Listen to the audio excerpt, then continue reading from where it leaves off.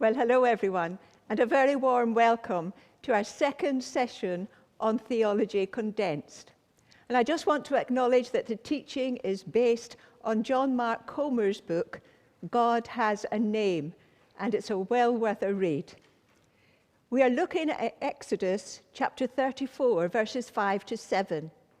Who God is, what he is like, as he reveals himself to Moses in a personal conversation on Mount Sinai. When we begin to discover from the Bible who God is, rather than who we might think he is, that will affect both how we view God, how we relate to him. It will affect how we view ourselves, the world that we live in, and our place in it. So last week, Chris shared with us that God revealed to Moses that his name is Yahweh, which is the Hebrew translation. And Hebrew names were considered to be really important because they depicted and reflected the character of a person. So tonight we are thinking about why God needs a name. What is the significance and the implications of him being called Yahweh? Couldn't he just be called God? So look with me, if you have your Bible, at Exodus 34, verses 5 to 6. The Lord Yahweh came down in the cloud and stood there with him and proclaimed his name, the Lord Yahweh. And he passed in front of Moses, proclaiming, the Lord Yahweh, the Lord Yahweh. So why is God repeating his name here?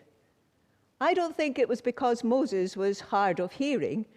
It was because God wanted Moses to stop, listen, take note, and think about who God is.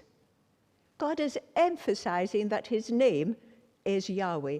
It's a bit like when we write an email and we might put a word in bold or underline it just to signify and highlight its importance.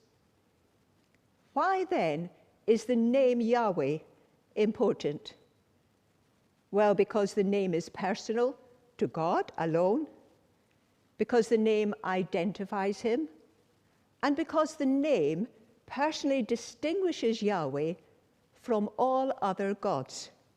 And that was vital for the people and world in Bible times, and it is still vital for us in our world today, to be able to identify and to distinguish who God is from all other gods. Now you might be thinking, wait a minute, I thought that there is only one God. So what are you talking about? Oh, other gods. Okay, let's explore that a bit together. When we read in Genesis chapter 1, in the beginning God created the heavens and the earth, the word for God there in Hebrew is Elohim, which literally means a spiritual creature or being in the invisible world.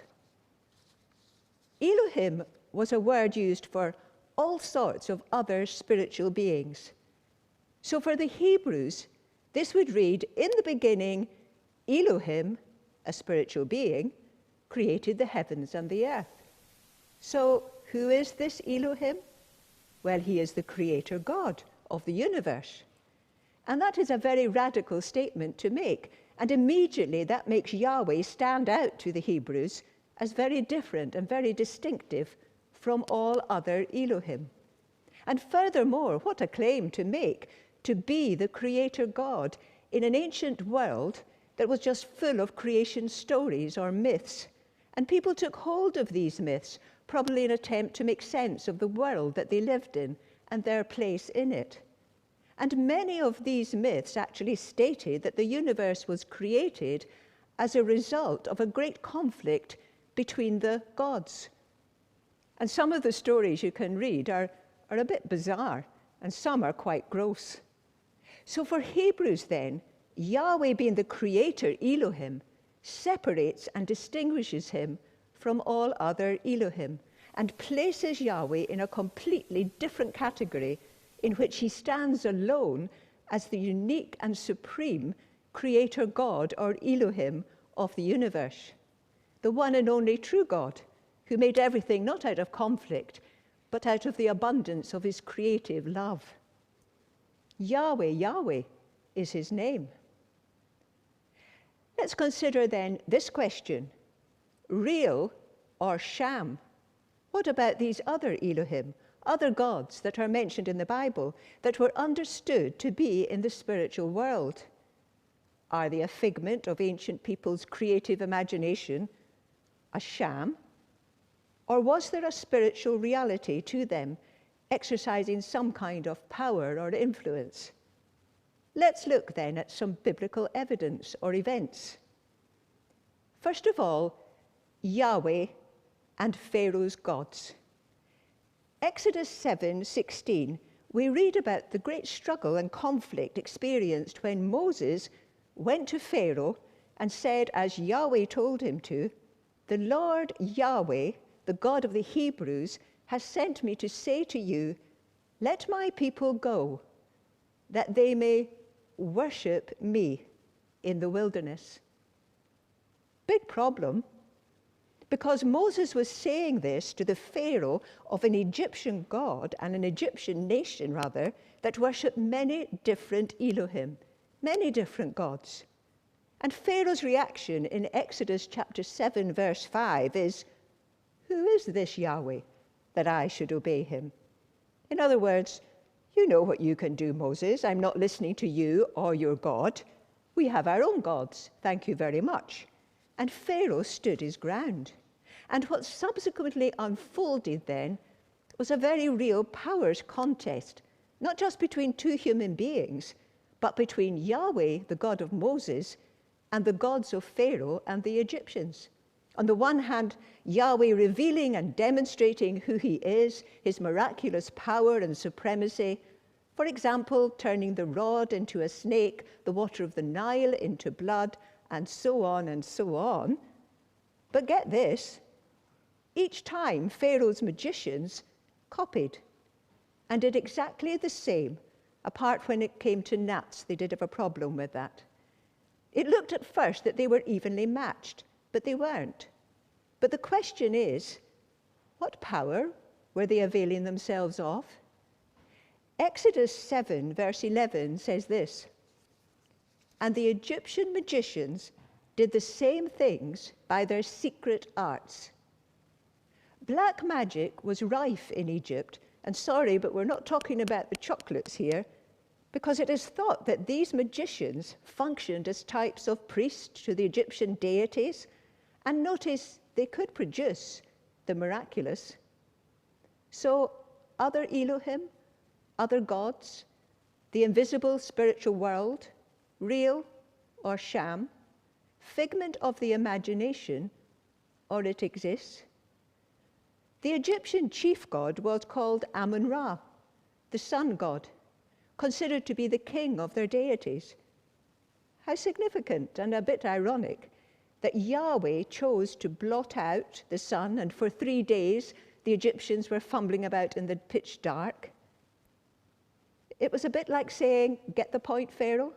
Yahweh, the I Am, actually created the sun in the first place. But Pharaoh refused to get the point, and he stood his ground. Many of the plagues that Yahweh sent were in fact specifically directed at an Egyptian deity, Yahweh revealing that he stands alone as the supreme, all-powerful God. In Exodus 12, verse 10, he says this to Moses, "I will bring judgment on all the gods of Egypt." And he did. Yahweh responded to the cry of the Israelites in their captivity and bondage. Their freedom was both physical and spiritual freedom. "Let my people go, that they may worship me." And that's what they did in their freedom. Exodus 15:11. "Who among the gods is like you, Lord Yahweh? Who is like you, majestic in holiness, awesome in glory, working wonders?" And then look at the worship in Psalms. Psalm 96. Great is the Lord, great is Yahweh, and most worthy of praise. He is to be feared above all gods. Psalm 97, verse 9, for you, Lord, you, Yahweh, are the most high over all the earth. You are exalted far above all gods. Secondly, on this question of other gods, consider what happened with King Solomon and Israel. And it all began so very well, didn't it? And it all went so very wrong. His downfall was women, or should I say, the love of women. 1 Kings 11:1. King Solomon, however, loved many foreign women besides Pharaoh's daughter, Moabites, Ammonites, Edomites, Sidonians, and Hittites, all from nations that worshipped other gods. And the Israelites had been warned not to intermarry and be turned away to the worship of other gods and idols. And what happened? 1 Kings 11:5. We learn that Solomon followed Ashtoreth, the goddess of the Sidonians, Moloch, the detestable god of the Ammonites. Solomon built a high place, which was an altar for worship, for Chemosh, the detestable god of Moab, and for Moloch, the detestable god of the Ammonites. He did the same for all his foreign wives, and there were a lot of them, who burned incense and offered sacrifices to their gods. We have here a list of named gods. And notice also they were gods over specific geographic regions or nations, as we would say today, and the people who lived there. And the worship and the influence of these gods then infiltrated into the nation and the lives of the people of Israel. And there is nothing here in the Bible that indicates that these gods were not real, that they were merely superstitious nonsense. The question arises then as to what measure of influence and power these gods, these spiritual beings had over nations and the lives of the people who lived there. It also raises the question, is there an implication for that today, of spiritual powers over nations and people?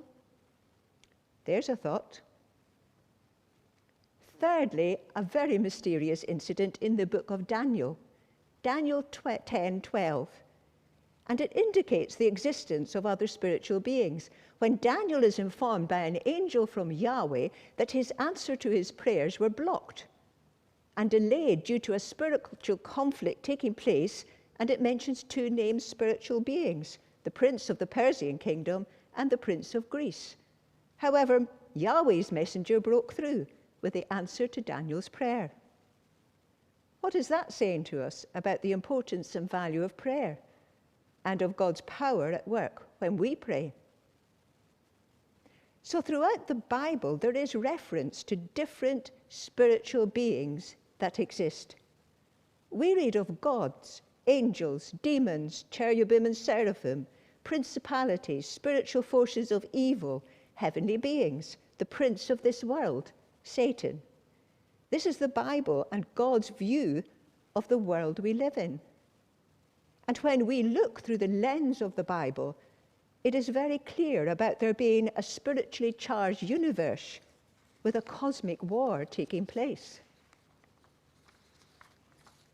And then what about the Israelites? Powerfully set free by Yahweh, the creator God of the universe, who revealed himself as the one true Elohim above all Elohim. And what do we read? They continually over and over again choose to open their hearts and their lives to the worship of other gods who were in direct rebellion and opposition to Yahweh. And the picture we are given is of a lifestyle of idolatry, injustice, hatred, cruelty, in a world that increasingly becomes gripped in chaos and wickedness. And then, out of desperation, the people cry out. And who do they cry out to? Yahweh, pleading for mercy and for him to do something about it.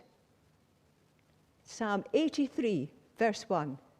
O God, do not remain silent, do not turn a deaf ear, do not stand aloof O God, see how your enemies growl, how your foes rear their heads. Let them know that you, whose name is the Lord, whose name is Yahweh, that you alone are the most high over all the earth. Let them know who you are. And that is exactly what Yahweh did. The Creator God of the universe comes in the flesh into the world he created, experiences human life firsthand. Enter Jesus, the I Am. Isn't it interesting in Jesus' ministry how many times he uses the phrase, I am the, echoing Yahweh in the Old Testament, I am who I am. Question: if I was to ask you, what was Jesus' purpose in coming into the world? I expect you would give me a variety of answers, many of them true. But I wonder if you'd mention what is stated in 1 John 3:8. John tells us there that the purpose of the coming of Jesus into the world was that he might destroy the devil's work. As in the Old Testament, the New Testament is very clear in portraying a great conflict between the forces of God and good on the one hand, and the forces of Satan or the devil on the other. The Bible makes it clear that Satan sinned and rebelled against God from the very beginning. Have a read of Isaiah chapter 14:12 following. It paints a clear picture. The meaning of his name in Greek is adversary or accuser. The Bible always depicts him as hostile to God, in opposition to him, with an agenda to overthrow the purposes of God. Other gospel writers back up John's understanding of Jesus' purpose in coming into this world. Mark 1:30 says Jesus traveled throughout Galilee, preaching in their synagogues and driving out demons. And no, they are not little Disney cartoon characters with horns and a pitchfork. They are in the Bible revealed as spiritual beings who are part of the devil's forces. Luke in Acts 10:38 says, God anointed Jesus of Nazareth with the Holy Spirit and power, and he went around doing good and healing all who were under the power of the devil, because God was with him. And the Gospels contain many incidences in Jesus' ministry of him casting out all sorts of demons. He could discern their presence, and they recognized who he was, and they were always subject to him, the all-powerful God. He had come to bring life, to release, to heal, and to free people from darkness into his light. The Elohim above all Elohim had come to destroy the works of the devil. And this culminates supremely, doesn't it, in Jesus' death and resurrection, his victory over Satan, death and spiritual darkness.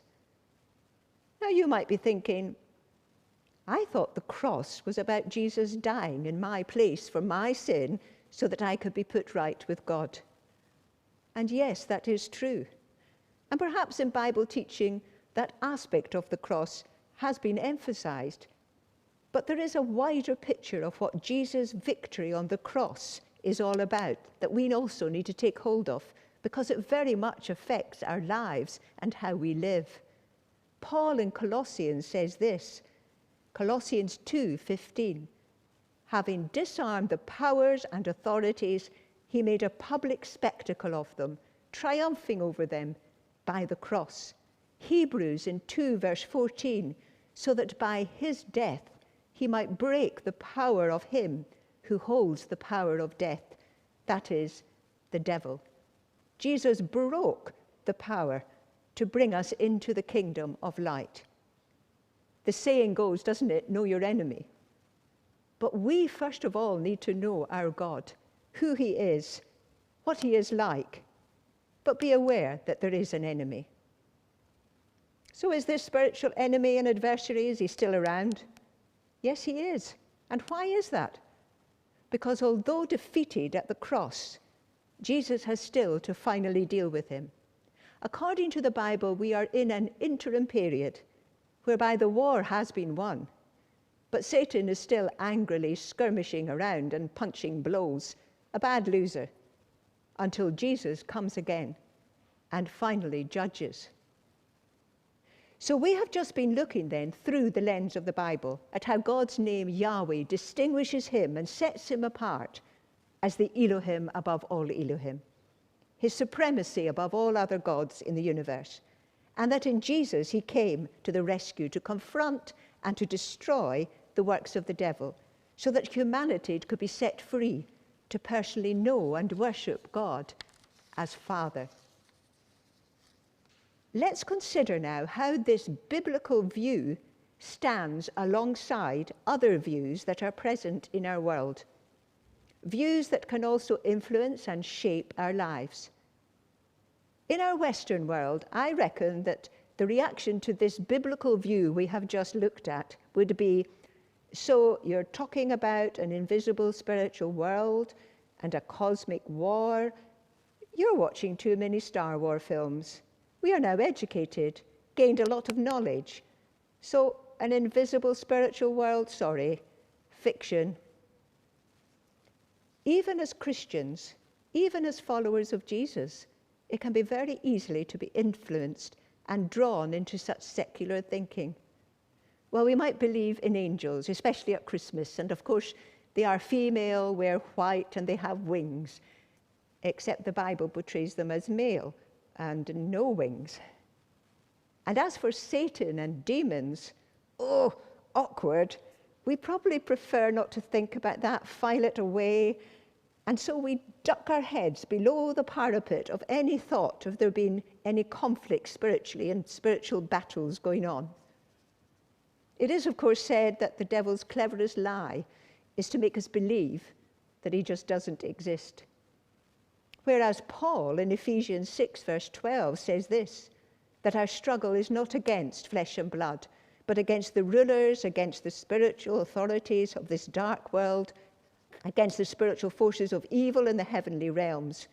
So we need to be equipped by God and keep alert.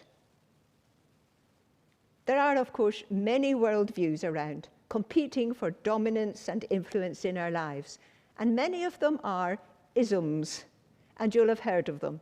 Secularism, materialism, atheism, agnosticism, humanism are but a few. I just want us to consider two views in particular. Firstly, pluralism. This view believes that when it comes to world religions, all paths lead up the same mountain to God. So whether you are a Christian, a Jew, a Buddhist, a Muslim, a Hindu, whatever, it doesn't matter. It all gets to God at the end of the day. And this view arose out of people deciding that all the world religions had similarities, similar values, and some of them do. But basically, they're actually saying all the same thing. Of course, in a diverse world, this sounds great. It sounds very comfortable, accommodating, tolerant, but it is not the worldview that the Bible and Jesus gives. And the problem with this view, and the reality is that all around the world, there are people worshipping very different gods, and they don't believe and they don't think that they're all the same. In fact, there is a huge difference between them. In contrast to this, the Bible view is called monotheism. Mono means one, that there is one God, one true God. And many Western Christians would understand monotheism in this way, that there is one God, yes, but then that must mean that there are no other gods. They aren't real at all, they are completely false non-entities, so they are dismissed and disregarded. They just don't exist. And the one and only way to get up the mountain to God then is through Jesus. Another better way, perhaps, to think about monotheism is this: to acknowledge that there are many religions, and each represents a separate mountain on top of which is a real spiritual being that is worshipped. Paul in Ephesians 3:10 refers to them as rulers and authorities in the heavenly realms. In other words, there are very different paths up very different mountains to very different destinations. And Yahweh, however, is the only true creator God of the universe who is worthy of the title God, who in the New Testament comes down the mountain in Jesus to reach and rescue the world. And notice we don't by our own effort have to climb that mountain to God. Jesus is the one who comes down and is the way to bring us to God.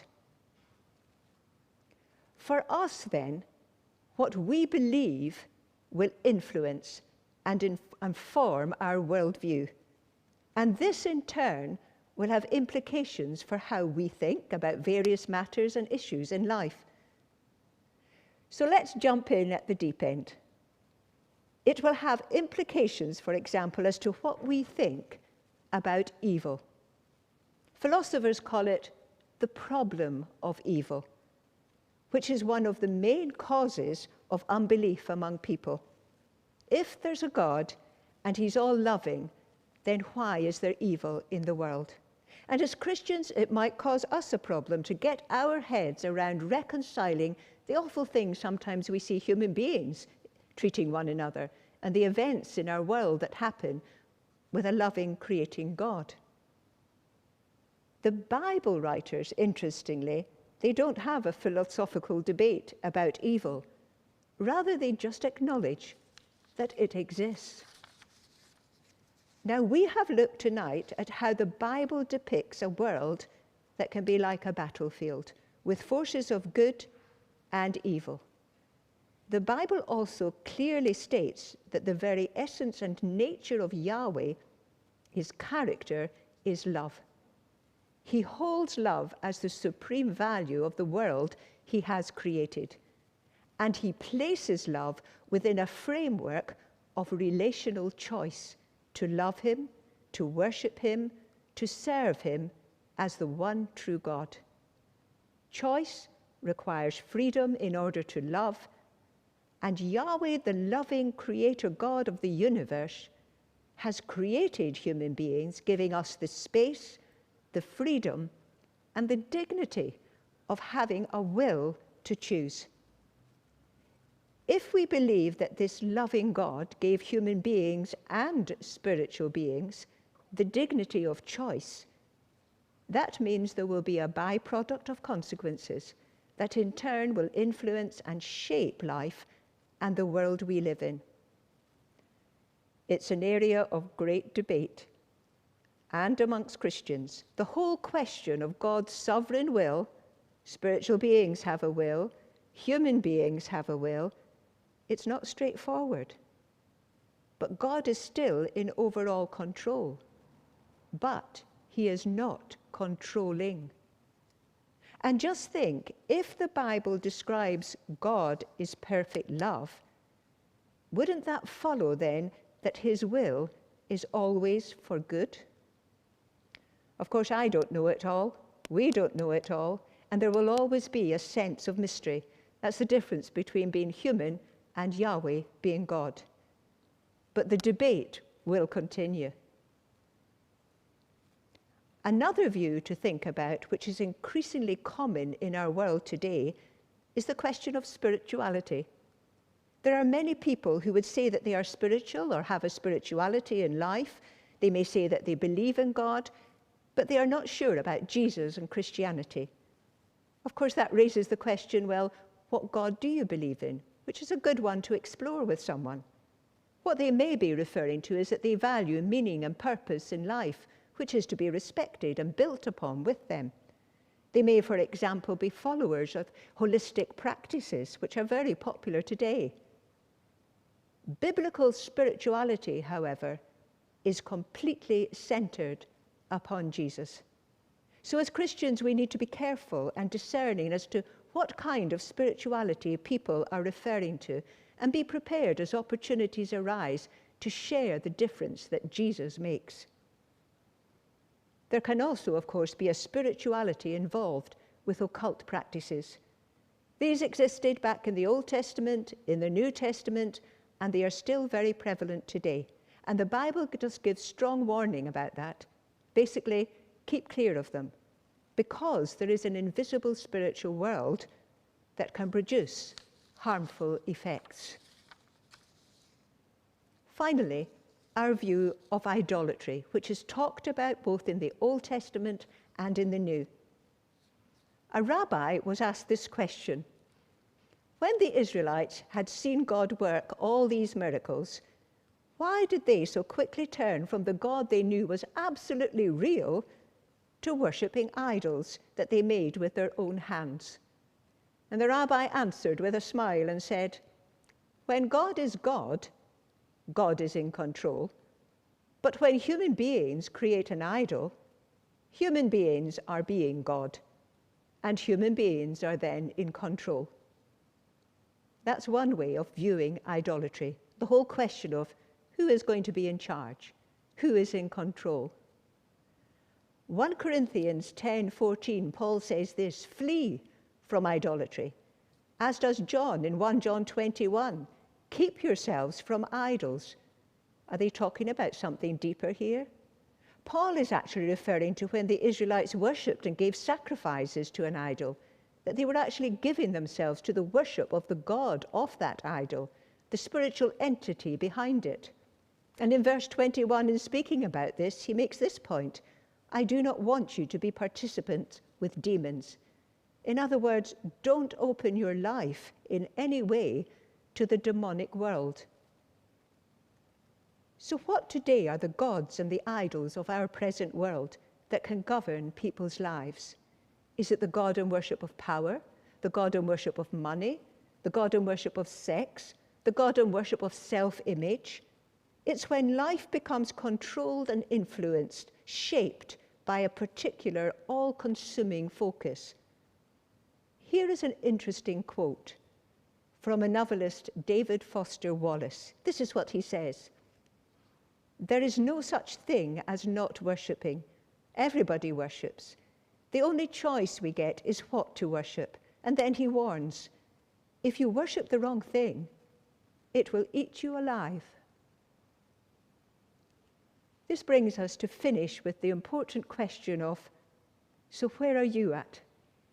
As we have looked through the lens of the Bible at Yahweh, the distinctive, one true creator God of the universe, who created everything out of his love, the most high above all gods, the source and the giver of life, Yahweh who loves us and gives us the choice through Jesus to love and know him as our Father.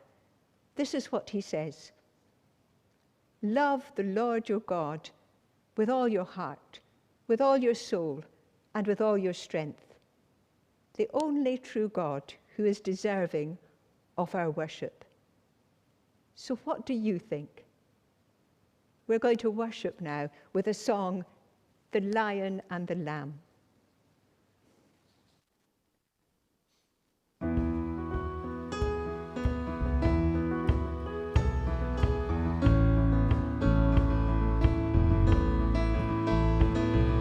He's coming on the clouds, the kings and kingdoms will bow down, and every chain will break as broken hearts declare his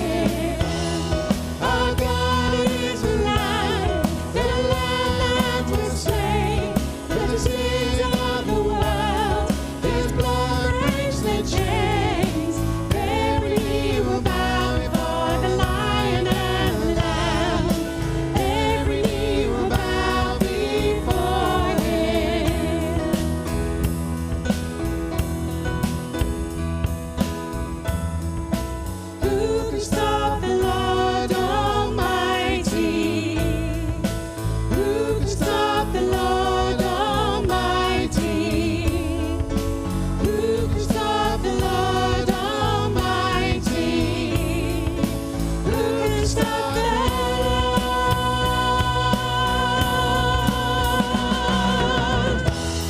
Our God is Lion, the Lion of Judah.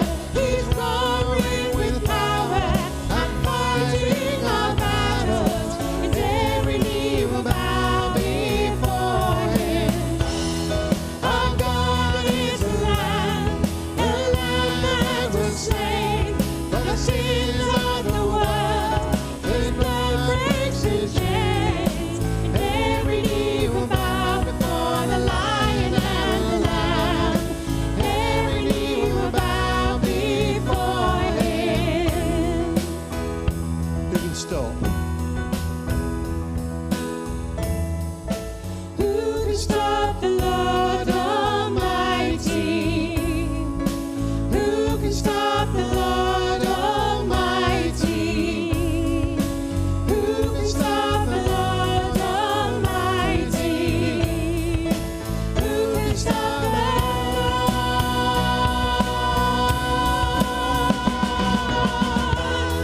Our God is the Lion of Judah. He's roaring with power and fighting our battles. Every knee will bow before Him. Our God is the Lamb that was slain for the sins of the world. His blood breaks the chains. Every knee will bow before the Lion and the Lamb. Every knee will bow before Him. Every knee will bow before Him. It just remains now for me to tell you that there's opportunity, if you wish, to join a discussion with us on Zoom. And the link for Zoom is at the bottom of chat.